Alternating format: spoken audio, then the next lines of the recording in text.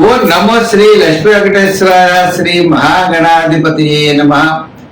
ఉగ్రం వీరం మహావిష్ణుం జ్వలంతం సర్వతోముఖం నృసింహం భీషణం భద్రం మృత్యుర్మృత్యుర్నమామ్యహం.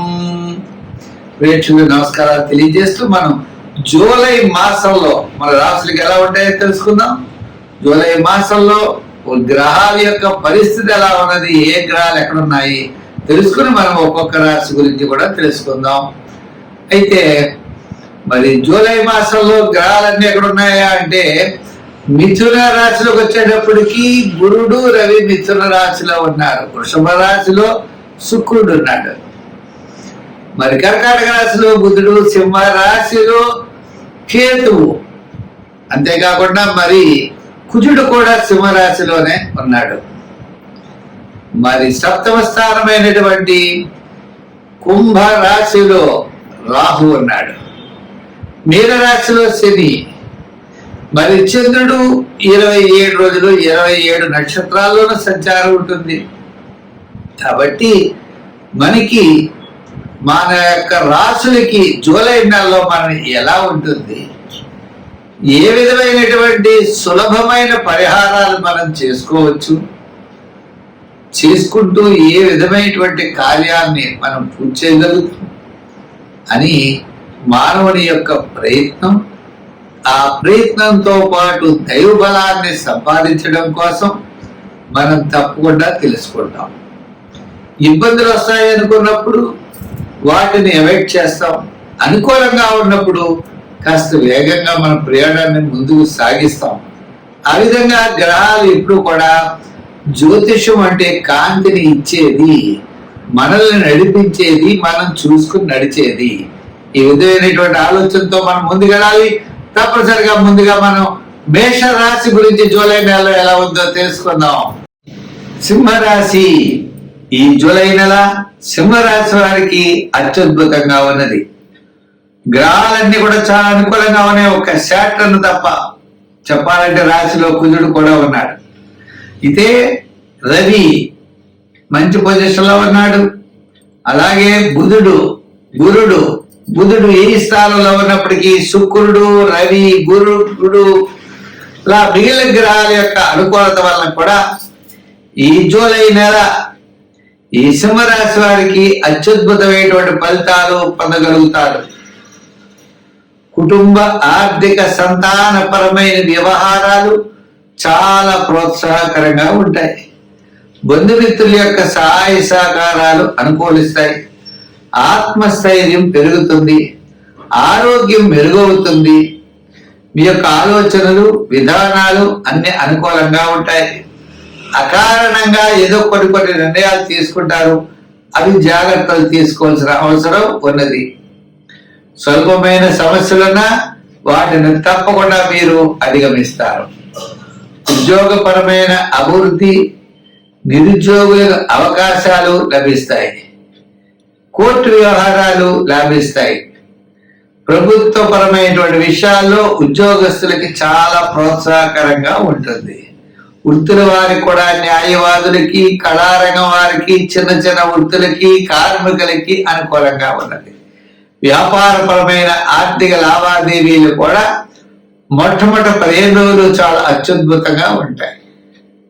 తర్వాత 15 రోజులు సామాన్యంగా ఉంటాయి. అయితే ఈ రాశి వారు ఈ యొక్క జూలై నెలలో అనుకూలమైన ఫలితాలతో పాటు శని ప్రభావం, అష్టమ శని కూడా ఉన్న కారణం చేత కొంత శ్రమ పడవలసిన పరిస్థితులు వస్తాయి. నల దమయంతుల యొక్క చరిత్ర వింటూ, అంటే వాళ్ళే అన్ని కష్టాలు పడ్డారు కదా, మనం ఎన్ని కష్టాలు పడ్డ, కష్టాలు కాదని భావిస్తాం అన్నమాట. అందుగురించి నల దమయంతుల కథ చదువుతూ ఉంటారు. నల దమయంతులు లాంటి వారికే బోడని ఇబ్బందులు వచ్చాయి, ఇంక మనం ఎంత అని. అంచేత ఆ కథ తెలుసుకుంటూ, సత్పురుషుల యొక్క గాథలు వింటూ, కులదైవాన్ని పూజిస్తూ శని భగవానుడిని పూజించాలి. శని భగవానుడి యొక్క సోదరుడైన ఆంజనేయ స్వామిని కూడా పూజించాలి. సుందరకాండ పారాయణ చేయండి, లేదా సుందరకాండలో ఒక్క శ్లోకమైనా రోజు పఠించండి. హనుమాన్ చాలీసా చదవండి. దానాల్లో తిలదానం, కందులు దానం చేయండి. ఈ కందులు కూడా ఎర్రగుడ్డలో కట్టి ప్రవహించే నదిలో మంగళవారం నాడు మీరు వెయ్యండి. కందిపప్పును వెయ్యండి. తప్పనిసరిగా జలచరాల ఆహారంగా స్వీకరించి మీకు అనుకూలమైనటువంటి ఫలితాలు మీకు తప్పనిసరిగా కుజగ్రహం వల్ల మీకు లభిస్తాయి. స్వస్తి. ఈ జూలై నెలలో కన్యా రాశి వారికి ఆత్మస్థైర్యంతో ముందుకు వెళ్తారు. కోర్టు వ్యవహారాలు లాభిస్తాయి. ప్రభుత్వ సంబంధమైన వ్యవహారాలు, ఏదైనా మనకి రావాల్సినటువంటి బాకీలు, అదేవిధంగా బ్యాంకు రుణాలు, ఇటువంటివన్నీ కూడా అనుకూలిస్తాయి. నిరుద్యోగులకి, చిన్న చిన్న ఉద్యోగాలు చేసే వారికి అవకాశాలు లభిస్తాయి. ఉద్యోగస్తులకు కూడా అధికారుల యొక్క మెప్పు పొందుతారు. వృత్తుల్లో చాలా అనుకూలంగా ఉంటుంది. కీర్తి ప్రతిష్టలు పెరుగుతాయి.